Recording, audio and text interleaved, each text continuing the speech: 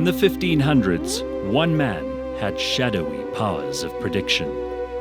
Nostradamus. Hidden clues, secret double meanings, and confusing portents in his cryptic poems seem to foreshadow events that unfolded over hundreds of years after his death.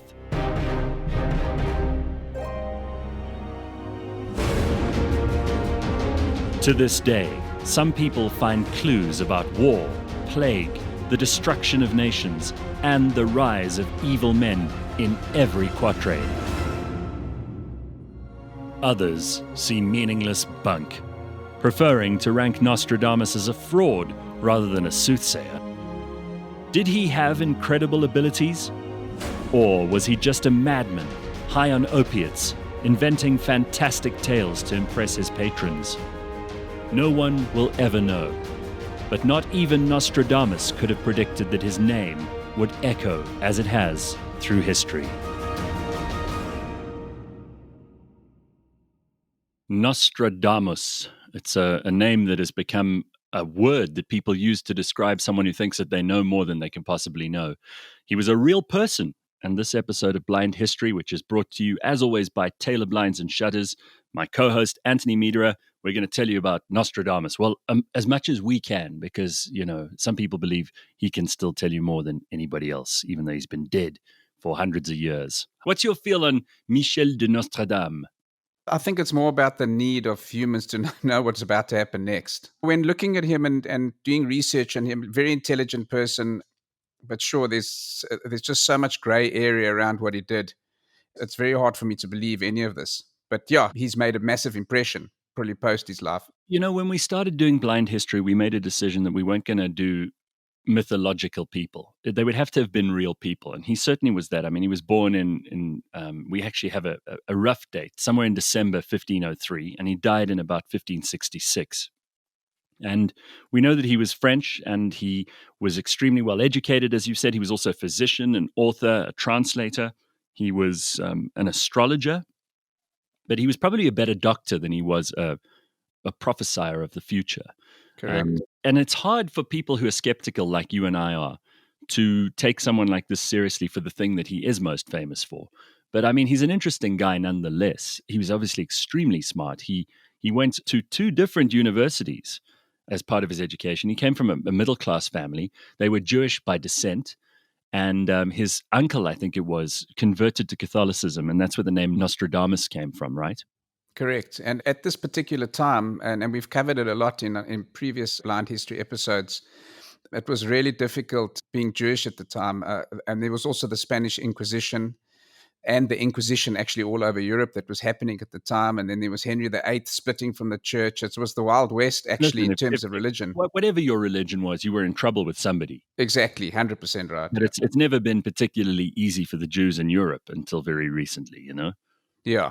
So I think that played out as well very much in his whole life. And he had to be very, very careful of how he worded his prophecies. Yeah, I mean, when he was at university, he studied to be a doctor. And that was at the University of Montpellier. And he was pretty much expelled before he'd even begun because he was working as an apothecary, which was not allowed. There was this idea that being an apothecary was so different from being a doctor that the two weren't actually in the same business at all. Of course, now these days, your doctor gives you a prescription and you go to your pharmacist and you get what you need. But apothecaries were also these mythological creatures too. They also believed that, there was a philosopher's stone, and they didn't necessarily know the details of actual chemistry or pharmacology. It was much more of a guessing game, and it was tied to the stars, and it was tied to the humors inside the body. So I think that probably put a break on his initial ambitions and aspirations, but by no means did he stop. And in fact, there have been some really good reports from first-hand witnesses that as a doctor, he was very proficient when he eventually did get his doctorate. He was able to help people who were dying from the plague. He developed a vitamin C concentrate that people were able to drink to help them get through flus and colds. It makes a lot of sense why he was successful, because he did talk about massive amounts of vitamin C, sunlight, getting out into the country, because people got confused that they thought that when they heard about the plague, which is what we're really talking about in this period, they used to lock themselves in their homes, but it was coming from the rats, the fleas from the rats. So actually it was better to get out in the open and go into the countryside. And those people that took his advice would actually recover from it, together with these. They were basically just a whole lot of different vitamins that he put together, which just helped the immune system. He was almost more like a dietitian biokineticist than anything else because he told people, for example, that a low fat diet and lots of fresh air was a good idea. And remember, in those days, that was quite revolutionary information. I mean, people were Correct. treating minor disorders with leeches, and they were bleeding people from the head. And I mean, doctors were basically just butchers. And he stopped that bleeding process in his practice. He didn't do that. Right. And I think that was that was the number one go-to for most doctors in those times. So he did get married, and he was married in 1531. His wife and two children all died in 1534 during the plague, which also must have affected him very badly. I mean, Sure it did.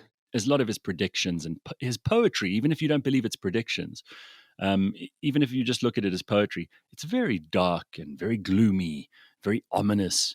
And it might have been as a result of living in those times and, losing family members and having the stresses that life in the 1500s brought with it.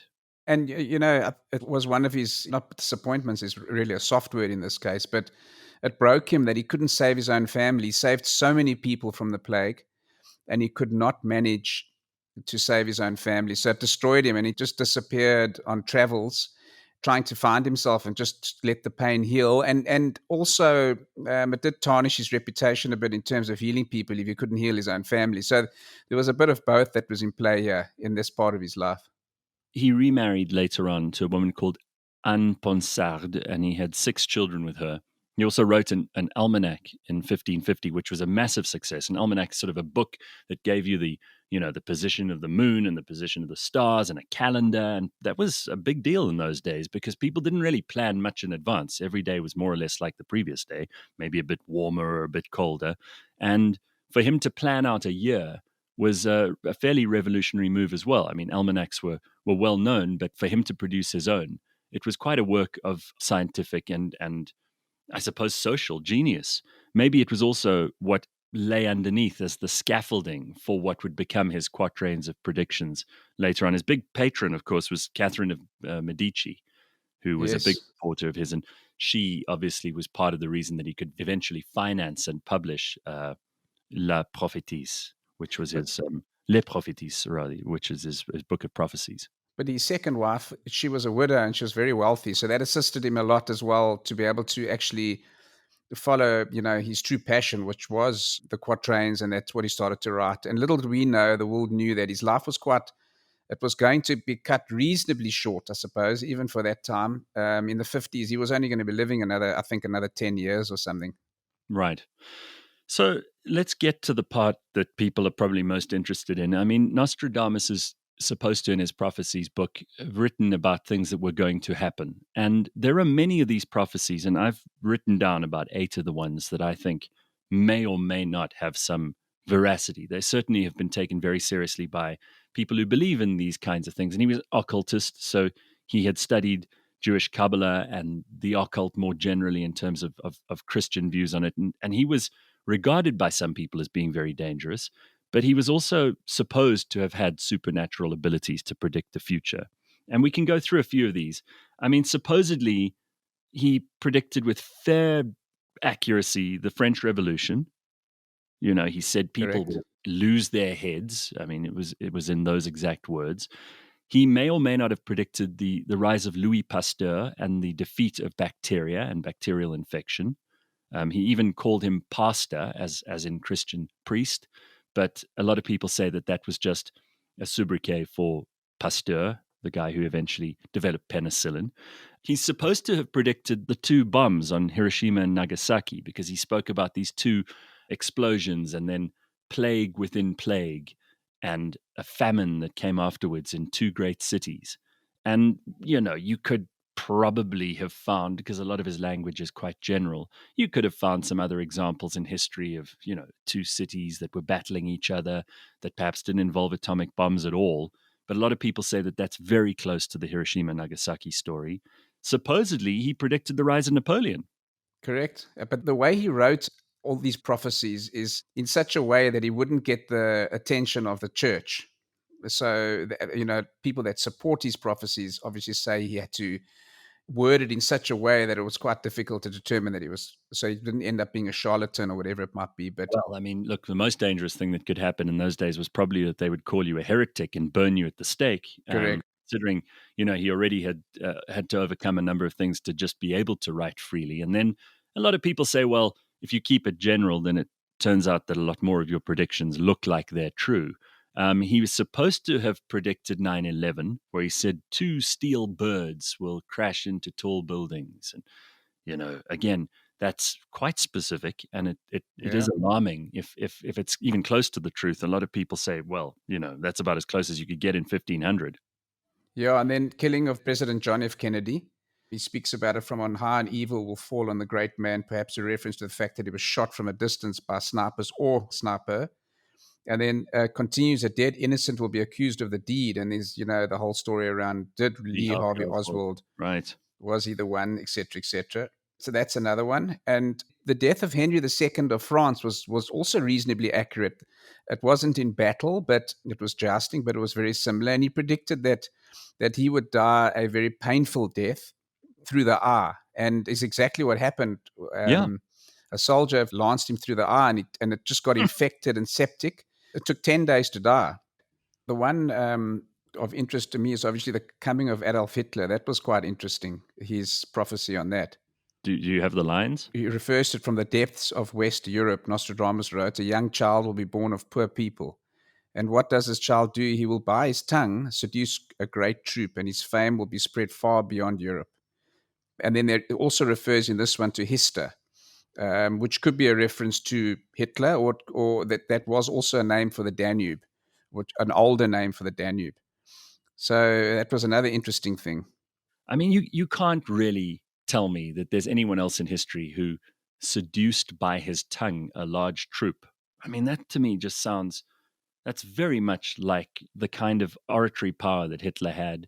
A Correct. large troop. I mean, the German troops are probably the most famous mental image any of us have, with those helmets and those German Nazi uniforms. That's burnt into our minds if you've studied history at all. And for Yes, him and to have seen that in advance, or to have been able to write something like that in advance, it's kind of spooky. I will admit. the Great Fire of London. Yeah, yeah, yeah, that's on my list as well. So, what do Yeah. you actually have the lines that are supposed to have predicted the Great Fire? The blood of just will commit a fault at London, burnt through lightning of 23 the 6th. The ancient lady will fall from her high place. Several of the same sect will be killed. 23's the 6th, 66. That's 20 times 3 plus 6. That gives you the term of, so it was 1666 was the Great Fire. Obviously, post that, you can start, Yeah. putting anything together to Well, get to that. this is the thing, and again, I don't want to spoil it for people who are real fans of Nostradamus, because they'll probably be the ones who like this episode the most. And to say, look, a lot of this stuff could probably be retro-engineered to sound like it was very specific. But you know how people are. They find, they count the spaces between words in the Bible, and they say there's a secret code. And there may be, in many places that we don't expect there to be, there may be secrets and real powers and unbelievable things that we are unable to, in modern scientific terms, decipher properly or explain. But we're not in the business of supporting or declaring his prophecies rubbish. I think we're just in the business today of looking at some of them. Some of the things that you look at are quite scary. When you look at metal in the sky, when he starts referring to maybe 9/11, etc., or fireballs, there will be two big fireballs. I mean, it's quite scary. And what makes you think of that? So Well, I mean, it's in so some hard to ways, judge. they took a couple of his quatrains, and the reason they're called quatrains is because he wrote four lines at a time, so they were almost like poems. And four of the quatrains are fairly clearly about some sort of creature that will be made of metal, that will have fire on the inside, that will do all the work. And he's pretty much discussing in that quatrain. And remember, with a 1500s brain, there was no mechanization then. Correct. What he's talking about is how machines, robots, or mechanical devices will do a lot of the work for humans that humans are doing at the time that he writes this. And that is, if nothing else, it's quite extraordinary that he was able to pull that out of thin air, because it wasn't something that you would have said in 1500 without being laughed at in public. A machine to them, the most complicated machines around at that time were probably I don't know, devices used to lift stones. Whatever this guy had, he certainly had an ability to make people take notice. And we mentioned some of his wealthy patrons earlier on, and many popular authors have retold all kinds of legends about his life. I mean, he's supposed to have had magical powers. This is where it starts getting into the messy world of nonsense and make believe. But he was widely read, so he'd read a lot of the classics. Apparently, one of his sources for his prophecies was something called the Mirabilis Liber of 1522, which contained a range of prophecies from all kinds of people, including Savonarola, who we've spoken about in a previous episode, um, Tiburtine Sibyl, Pseudo Methodius, and Joachim of Fiore, who all sound like interesting people themselves. But it had a lot of success in the years before he published his prophecies. So some people say, well, he got a lot of his ideas from there as well. I think as well, Gareth, on this point, history repeats itself. So they were saying that he used that history will repeat itself, and to such an extent, referring back to very old occurrences, and they called it bibliomancy. I think I don't know if that's the correct pronunciation, but it refers back to biblical times and then trying to predict it going forward in the future. So that was also areas where sources for his prophecies. Well, I mean, he wasn't very keen to have been called a prophet. He wrote to King Henry II, the same guy who he predicted would die so horribly, said to him, "Some of the prophets predicted great and marvelous things to come, though for me, I in no way attribute to myself such a title here." That he wrote to the king in 1558. And he's supposed to have said to his own children, I'm not a prophet. I would never attribute such a thing to myself. But of course, when people speak like that, it's like a false humility. Yeah, exactly. And the astrologers were also not very kind to him. I mean, they would say that the astrologers of the time would say, I can say with complete confidence that of true astrology, you understand less than nothing, as is evident not merely to the learned, but to the learners in astrology too, as your works amply demonstrate, you who cannot calculate the least movement of any heavenly body whatsoever. So, so he had his critics in his time, but nobody knows the name of that astrologer that wrote that piece, but everybody knows Nostradamus.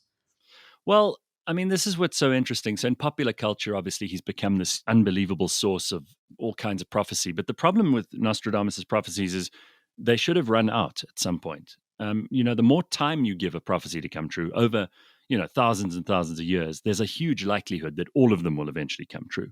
Yeah. Even if you read it upside down, it'll eventually come true. But the fact is that, people are still saying, well, he had all kinds of predictions for 2020 and 2021. He didn't lay it out like a calendar. You have to find some verse, some quatrain somewhere, and you have to say, oh, well, he's definitely talking about 2020 here, because he didn't put there 14th of April 2021, X and Y will happen. Yeah, and how far ahead did he actually think?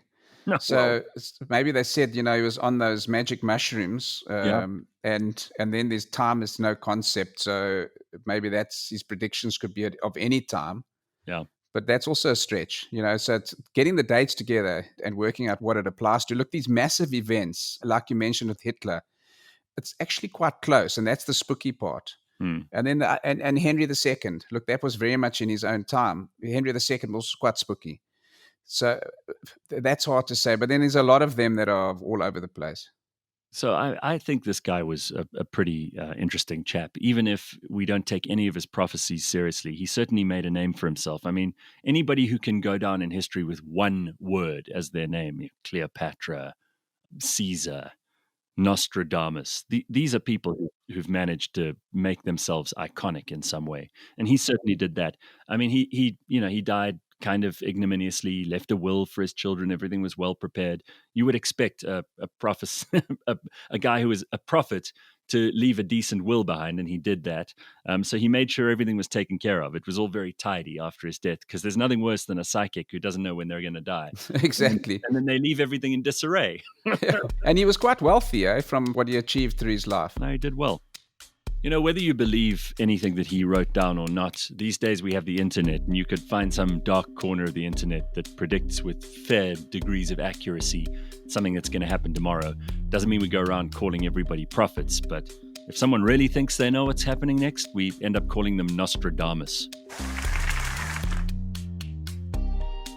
Blind History is brought to you by Taylor Blinds and Shutters. All the episodes are available on the cliffcentral.com website and app, as well as Apple Podcasts, Google Podcasts, Spotify, or wherever you get your podcasts.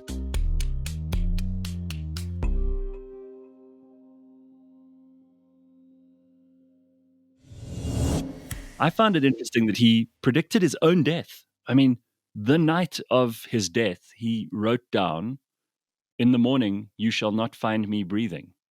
And that's exactly what happened. It wasn't a poem. It wasn't some cryptic thing. He just said to his secretary, I think, Yeah. who found the note, there he was, dead the next day. I suppose it's hard to say in the 1500s, but it sounded like a heart attack. Supposedly, it was from gout. He had severe gout towards the end of his life, and it might have developed into an edema, which is a heart attack.